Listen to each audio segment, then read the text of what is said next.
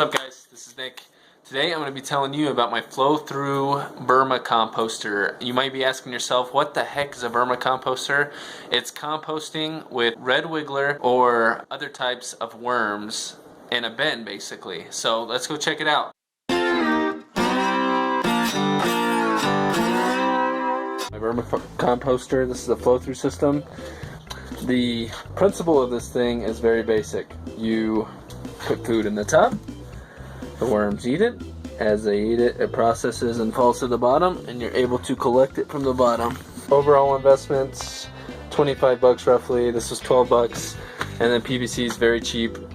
So essentially, I cut out some holes for ventilation. So I have a hole here. For the holes here, as well as the bottom where you collect the vermicompost, I used a 4-inch ultra saw Dremel and a hole up here, and I added screen. This one's more important to have screen on because your compost can get higher than it. Up here, not such a big deal. I actually put this outside next to my dryer vent so that, because it's starting to get cold, so that this keeps fairly warm. Materials needed for this: a drill bit. The drill bit size I used for this was a 7/8. The reason I did that is because the hole was slightly smaller than the PVC itself, which created a snug fit. You definitely want a snug fit when you're putting your PVC in. If you make the holes too big, the stability of the trash can will not be good enough to hold up the weight of the compost above it. 3/4 inch PVC, some weed whacker string if need be. I added that in as extra insurance so that things aren't falling down. Adding the weed whacker string really isn't essential at all.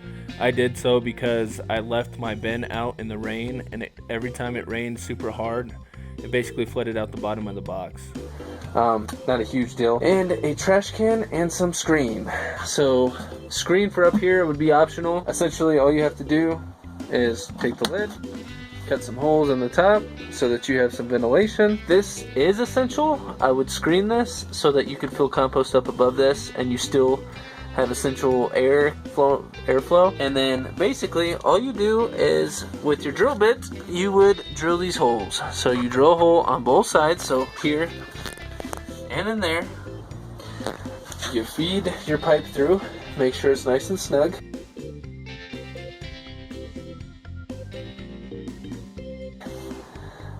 And then eyeball the rest of these so that you have them evenly spaced. I would not go more than 2.5 inches in between each one, to be honest. I did this video after I built this to see. I didn't want to create a video that was not good for you guys as far as information wise. I definitely would not go more than 2.5 inches in between each PVC. I went closer to 3, and I think that's why I had to throw in the weed whacker string as well. And essentially that's it. So as your compost takes about 4 to 6 weeks, so you can have a new harvest, you just reach in here. As you can see, it kind of falls down. Falls down like so. And this is worm poop, essentially. That's all this is. So if you look in here, it's become kind of turning cold.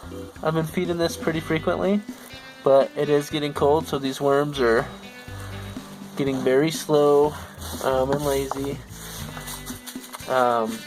You can store this in a shed. Ideally, if you have a garage or a shed, that is the best place to keep this. I have not had this bin through the winter yet, so I'm not sure if the worms are going to survive the winter or not. It's a risk I'm going to take, but I would keep this in a garage or a shed, as this does not stink if you do it right. It smells very earthy. Or something like that. Dryer vent that I had this butted up against, so it funnels the air right in there, heats this thing up. Was simple to make. Don't overcomplicate it. Really, trash can, screen, drill bit, 3/4 inch PVC, and a little saw, because you need a little saw to cut those holes. I use a 4-inch blade saw. You can use a sawzall, you can use a box cutter, depending on the thickness of the trash can. So it's kind of whatever tools you have around the house, and a drill. That's really all you need. So make this. It's simple. Thank you guys for watching. Please subscribe, and have a great day.